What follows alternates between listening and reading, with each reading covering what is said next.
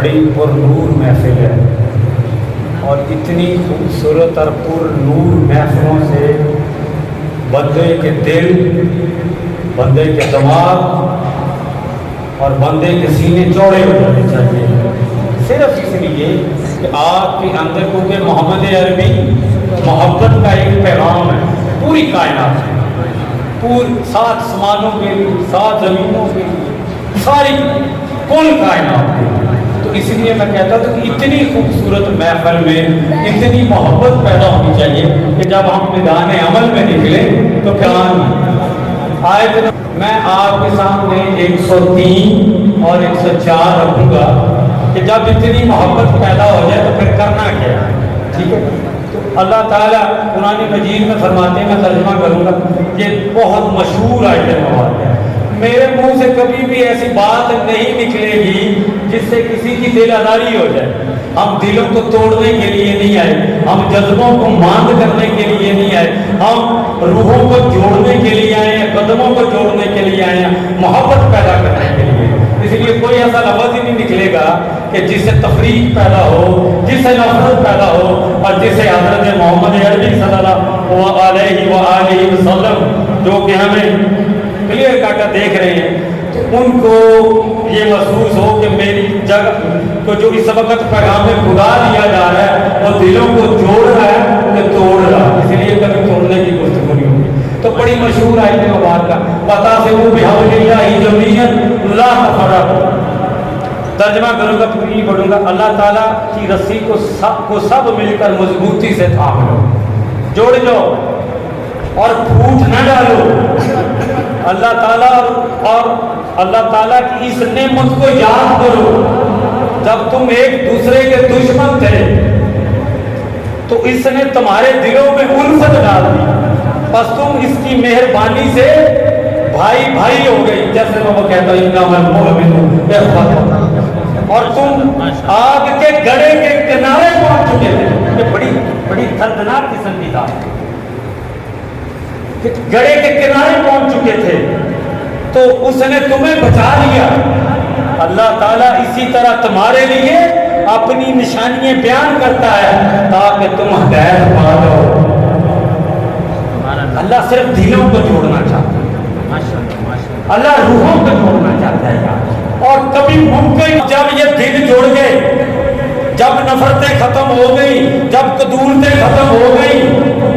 تو پھر آگے اللہ تعالیٰ کیا فرماتے ہیں، وہ اس سے بڑی غور طلب بات ہے۔ یہ 104 سورت ہے، تھوڑا سا میں اس کو عربی میں پڑھوں گا۔ وَمِنْكُمْ أُمَّةٌ يَدْعُونَ عَلَى الْخَيْرِ وَيَأْمُرُونَ بِالْمَعْرُوفِ وَيَنْهُونَ عَنِ الْمُنْكَرِ۔ تھوڑا سا کیونکہ میں عربی نہیں جانتا تو ترجمہ کر، وَأُولَئِكَ هُمُ الْمُفْلِحُونَ۔ اللہ تعالیٰ فرماتے ہیں کہ تم میں سے ایک جماعت ایسی ہونی چاہیے۔ وہ کیسے پیدا ہوگا؟ جب تک آپ کے اذہان منتشر ہیں، جب تک آپ کی سوچیں منتشر ہیں، جب تک آپ کے دل میں کسی کے لیے محبت ہی نہیں ہے تو جماعت نہیں پیدا ہوگی۔ جتنی مرضی پھر نقیبی صاحب، پھر جتنی مرضی پھر، اور میں نشانی دوں گا، والا دوں گا، پھر جتنی مرضی، اور عبداللہ بن ابی حضرت محمد کی موجودگی میں جتنی مرضی نمازیں پڑھ دے، پھر وہ منافق کے درجے پہ پہنچ کے ہٹے گا، کیونکہ پھر اللہ بھی فرما دیتے ہیں کہ بس نہیں، بس۔ تو اس لیے اگر عمل کی کیفیت نہیں پیدا ہوگی، اگر محبت کی کیفیت نہیں پیدا ہوگی، پھر جو مرضی پڑھتے ہیں، اس سے اوپر میں کچھ نہیں کہوں گا۔ اب جماعت پیدا ہوگی، جماعت بھی ایسی، تم میں سے ایک جماعت ایسی ہونی چاہیے جو بھلائی کی طرف بلائے۔ میں سب سے بڑی بلائی پتہ کسے کہتا ہوں؟ دلوں کو جوڑ دینا سب سے بڑی بلائی ہے۔ اگر آپ دلوں کو توڑ دیں گے نا تو پھر حالت دینوں کو نہیں ہوگا، کیونکہ میں نے گھوم کے آنا ہی وہیں پہ بھائی۔ جب دلوں کو تیر تیر کر دیں گے، جذبوں کو تیر تیر کر دیں گے، دل روحوں کو بکھیر کے رکھ دیں گے، پھر حالت دینی کو نہیں ہو سکتا، کتنا مرضی زور لگا دیں۔ بھلائی کی طرف بلائے اور نیک کاموں کا حکم کرے۔ نیک کام کیا ہے؟ 28 آیت مبارکہ، وَلَا تَكُونُوا مِنَ الْمُشْرِكِينَ۔ اس سے بڑی میں کیا پیش کروں؟ پہلی تو میں نے پیش کر دی اللہ فرمائے تم تو گڑھے میں گرنے والے تھے، تم تو اس آگ میں گرنے والے تھے، میں نے اپنی محبت سے، الفت سے اور محمد عربی کی امامت میں تمہیں جوڑ کے رکھا، اس سے اوپر کون سی باتیں ہوتی؟ تو یہ جماعت بن گئی۔ اب کرنا کیا؟ کیونکہ ہم تو آئیں گے کرنے کی طرف، دل صاف ہو گئے، روح صاف ہو گئی، ذکر ہم نے کر لیا، سب کچھ کر لیا، جب روح پاک ہوگی سب کچھ پاک ہوگا، پھر کرنا کیا ہے؟ تو سیدھی سی بات ہے، اس کے لیے سب سے پہلے یہ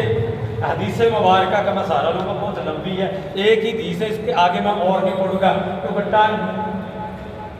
اس میں سے کوئی تھوڑی سی چیزیں مشکل ہوتی ہیں، میں آپ کو یہ نہیں کہہ رہا میرے ساتھیوں کو بھی سمجھ جائے، کیونکہ یہ ریکارڈ ہو رہی ہے اور یہ بڑی دور تک نکل رہی ہے، سب میرے ماموں جو جتنے بھی سارے بیٹھے ہوئے پتہ کہ یہ پیغام کدھر جا رہا ہے، تو کیونکہ ہم نے تو محبت کا پیغام دینا، کوشش یہ نہیں ہوتی کہ ہم سپیکر پہ چمٹے ہیں، ہمارا نفس اتنا موٹا نہیں ہوا ہے کہ ہم اس سپیکر کے مرید ہو جائیں، کوئی ایسا ہی نہیں، صرف پیغام خدا کا حقیقی معنوں میں وہ آگے نکل جائے۔ یہ صورت ہے، صورت نہیں، یہ حدیث مبارکہ ہے مسند احمد کی، اور حدیث کا نمبر ہے 10,604، اور یہ صحیح ہے، ضعیف بھی نہیں ہے اور دوسری بھی نہیں ہے۔ نقطے کی طرف لے لوں گا، جماعت بن گئی، اب جماعت نے کام کہاں سے شروع کرنا، یہ ہے نقطہ۔ تو سیدنا جابر رضی اللہ عنہ سے مروی ہے کہ رسول اللہ صلی اللہ علیہ وآلہ وسلم نے 10 برس تک مکے میں رہے، عقاد اور مجنہ میں لوگوں کے ڈیروں پر جاتے، پیغام خدا دیتے، اور موسم حج کے موقع پر منع میں جاتے اور فرماتے، کون ہے مجھے جگہ فراہم کرے گا، کون میری مدد کرے گا تاکہ میں اپنے رب کا پیغام پہنچاؤں۔ وہ مدد مانگتے ہیں کہ میں اللہ نے جو میرے اوپر بھاری ذمہ داری دی ہے اس کو میں باحسن انداز میں منتقل کرتا جاؤں، اور مجھے بھی صرف اسی چیز کا خوف خدا کی قسم رہتا ہے، کیونکہ جو علم ہمیں مل گیا ہے وہ ہمیں سونے نہیں دیتا، وہ ہمیں جگائے رکھتا ہے، اور ڈر لگتا ہے کہ جتنا دے دیا ہے اگر منتقل نہ کیا تو ہم بھی نشان عبرت ہوں گے۔ یہ ڈر ہے، یہ خوف ہے، اور کچھ بھی نہیں ہے۔ کوئی جتنے اللہ تعالیٰ نے جو ہمیں علم دیا ہے، جتنے مقاموں پہ ہمیں پڑھایا، جو ہمیں اس وقت دنیاوی طور پہ دے چکا ہے، اس سے ہمیں اوپر کیا چاہیے؟ لیکن یہ بہت بڑی ذمہ داری ہے، اور میں سب سے پہلے اپنے گاؤں میں فیل کرتا ہوں کہ اگر میں اپنے گاؤں میں یہ پیغام ہم صحیح طرح سے بچوں کے ذہنوں میں نہیں ڈالتے تو پھر ہم بھی اللہ تعالیٰ کیا ہمارا وہی حال کرے گا جو دوسروں کا۔ تو آگے اس میں یعنی اب میں وہ نکالنے لگا ہوں، اسی طرف جاؤں گا، لمبی ہے، شارٹ کرنے لگا ہوں اس حدیث کو، پڑھ لیجئے گا جا کے، میرے سے لے لیجئے گا۔ اینڈ پہ وہ لکھتے کہ یہاں تک کہ اللہ کے نبی پیغام خدا دیتے دیتے مکے میں پھر مدینے میں، یہاں تک کہ ان ساری محلوں میں سے کوئی محلہ نہ بچا۔ یہاں سے میں کہوں گا حضرت علامہ عنایت اللہ خان المشرقی رحمۃ اللہ علیہ اور اللہ کے جتنے ولی تھے، میں آپ کی بات کے لیے کٹ کروں، اللہ کے جتنے ولی ہیں ان سب کا پیغام خدا ایک ہے، اللہ کے جتنے پیغمبر ہیں ان کا پیغام خدا ایک ہے۔ یہ سارے سلسلے ہیں، وہ چاہے سہروردی ہو، چاہے چشتیہ، جتنے بھی سلسلے ہیں، جتنے بھی لوگ ہیں جو صحیح معنوں میں اللہ کے ماننے والے ہیں، وہ اس وقت ایک دوسرے سے جڑے ہوئے ہیں عالم ارواح میں، عالم برزخ میں وہ اس وقت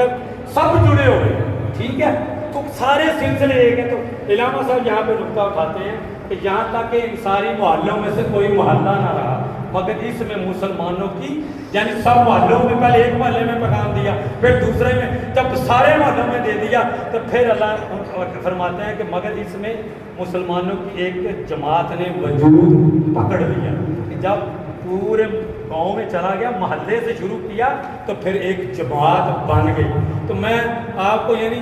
محلے کی اکائی کی طرف لے جانا چاہتا ہوں کہ اگر ہم نے خدا کا پیغام دینا ہے نا تو ہمیں سب سے پہلے اپنے محلے پہ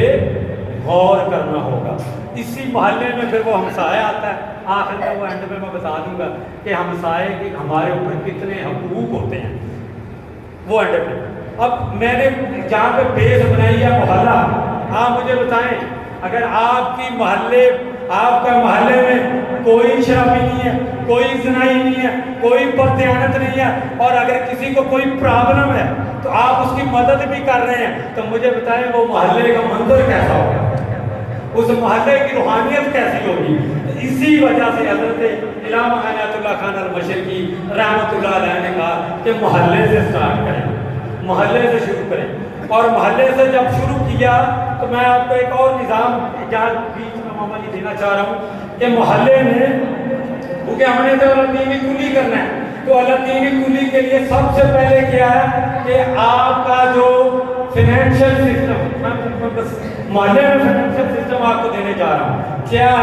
سود پہ چل رہا ہے؟ سود پہ اگر اس محلے میں اتنے مخیر حضرات پیدا ہو جائیں تو وہ دیکھیں کہ یار اس محلے میں کتنے غریب لوگ ہیں اور کسی کے پاس وسائل زیادہ ہیں، تو وہ بغیر سود کے اپنے محلے کے غریبوں کو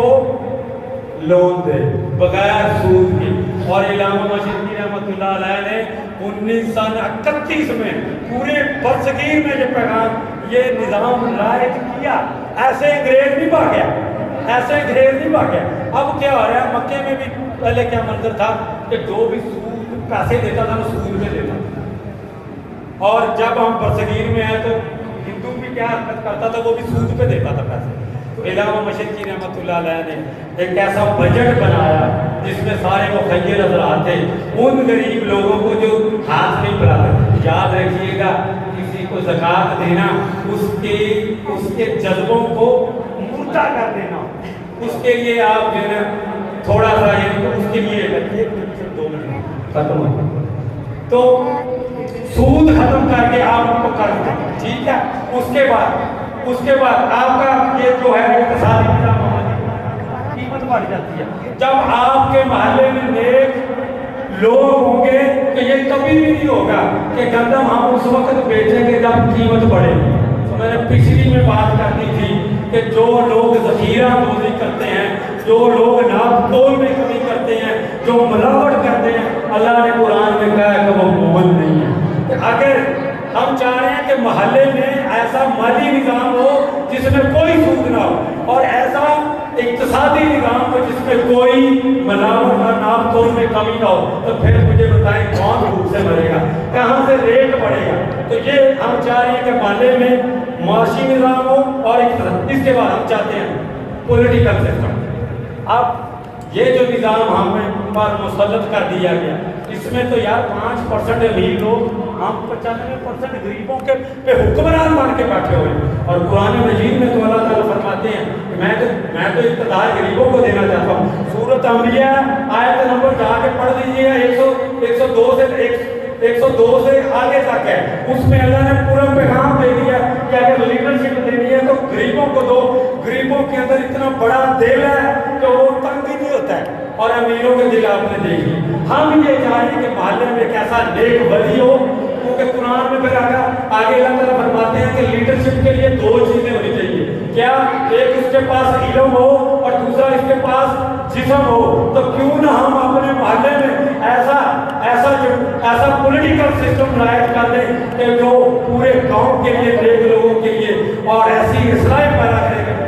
حضرت علامہ مشرقی نے قرآن کے نظریوں کو سامنے رکھ کے رائج کیا، ایسے نہیں انگریز بھاگا تھا۔ اب آگے میں آپ کو جوڈیشل سسٹم بتا دوں۔ جوڈیشل سسٹم میں نے بڑی دفعہ بات کی ہے، جوڈیشل سسٹم یار جس کی لاٹھی اس کی بحث، یعنی غریب کو تو بڑا ہی سخت، بہت سخت۔ اور جب ان کی بات آئے تو یہ بھی یہ نہیں جا سکتا، یہ جو نہیں، اگر حضرت عمر اور اگر حضرت علی جا سکتے ہیں رضی اللہ تعالیٰ عنہ، تو ان کی کیا؟ تو ہم کہتے ہیں کہ وہی محلے کا بندہ، وہی محلے کا لیڈر جو ہے، جیسے ہمارے گاؤں میں ہمارا نمبردار ہوتا تھا، اسی طرح اس محلے میں پھر سارے محلوں میں، پھر ان میں سے ہم ایک اور چنیں گے۔ ہمیں کوئی ضرورت نہیں ہوگی کہ ہم تھانے میں جائیں، ہمیں کوئی ضرورت نہیں ہوگی کہ ہم ہائی کورٹوں میں دھکے کھائیں۔ تو یہ اسلامی جوڈیشل سسٹم بھی ہم محلے کی سطح پر قائم کر سکتے ہیں، اور اسی طرح اپنا معاشرتی نظام، معاشرتی نظام ہمسائے کے لیے، جب وہ اللہ کا نیک بندہ جس کو ہم جس کو ہم علم اور جسم کی بنیاد پہ اور جس کے دل کا وصف پڑا ہوگا، جس کو ہم تقوی کی میرے لیے نہیں یاد کریں گے مجھے یار اس طرح پیسے بالکل، کیونکہ ہم یہ بات بڑی کلیئر ہے، ہم خدا کا پیغام پیسوں کے لیے نہیں کرتے، کیونکہ قرآن مجید میں میں یہ جو بات کرنے جا رہا ہوں اس کو کسی کی دل آزاری نہ ہو جائے، اس کو مسجد کو دیکھتے کوشش کیا کریں کہ جب بھی خدا کا پیغام دیں تو وہ بڑے لوز دیں، کیونکہ حضرت محمد عربی صلی اللہ علیہ وسلم کی ٹیم میں کوئی ایسا شخص نہیں تھا جس نے قرآن مجید کو اس طرح عوض کچھ لیا ہو، تو ہمیں تو یہ تربیت ہی نہیں کی گئی کہ ہم اس طرح کریں، تو جو جتنے بھی پیسے ہیں جناب وہ مسجد کو دے دیں۔ پولیٹیکل سسٹم، معاشرتی نظام، جب وہ نیک بندے اس محلے میں ہوں گے نا تو پھر مسائل کے حقوق کا بھی خیال رکھا جائے گا، مسائل کی عزت کا بھی خیال رکھا جائے گا، اس کے مال کا بھی خیال رکھا جائے گا، تو وہ کتنا خوبصورت معاشرتی نظام ہوگا۔ تو ہم یہ چاہتے ہیں کہ مسلمانوں ہم آج بھی کھڑے ہیں، علامہ مشرقی کا نظریہ آج بھی زندہ ہے، اگر آپ ہماری طرف توجہ کر لیں گے خدا کی قسم کوئی دور نہیں ہے، ہم دوبارہ سے وہ منظر پیش کر دیں گے جو کہ حضرت محمد صلی اللہ علیہ وسلم کے دین کو غالب کر دے، لیکن اس کی بنیاد جو ہے وہ محبت سے ہے۔ یہ حکومت کا بیان ہم نے لگایا ہوا ہے، آپ دیکھیں ہمارے اندر جہاں پہ مختلف عقیدوں کے، کبھی ہم نے کسی کی دل آزاری کی، کبھی ایسی گفتگو کی دل چھوٹے، یہی میں چاہتا ہوں، میں ہر جگہ پہ چاہتے ہیں ہم ہر جگہ پہ محبت پیدا کریں، کیونکہ ہمیں پتہ ہے ہم اکیلے کچھ نہیں کر سکتے، اگر ہم اکیلے یا کوئی گروہ اکیلا کر سکتا تو آج کا اللہ کا دین غالب ہو جاتا۔ تو اس لیے میں بار بار یہ حکومت کے بعد قرآن سے انما المؤمنون اخوت سے ہم نے لیے ہیں، یہ لبیک یا رسول اللہ، اور کیوں نہیں لبیک یا رسول اللہ بھائی، کوئی بھاگ سکتا ہے؟ وہ تو اب میں کیا بار بار کہوں، اور میں قرآن کا سہارا لوں گا، او ادنا کعبہ و قوسین، اس لیے میں یہ کہوں گا اس جماعت کو بھی کہوں گا کہ اپنے دلوں کو وسیع کرنے، جیسے ہم آپ کے سامنے کھڑے کتنے دل بڑے ہیں، کوئی نفرت نہیں ہماری، ہم سب جب تک یہ دل بڑے نہیں کریں گے ایک دوسرے کے متعلق نفرت نہیں نکالیں گے، اللہ کا دین غالب نہیں ہوگا، اور اگر اللہ کا دین غالب نہیں ہوگا نا تو پھر بھول جائیں کہ محمد عربی آپ سے اوپر۔ شکریہ جناب۔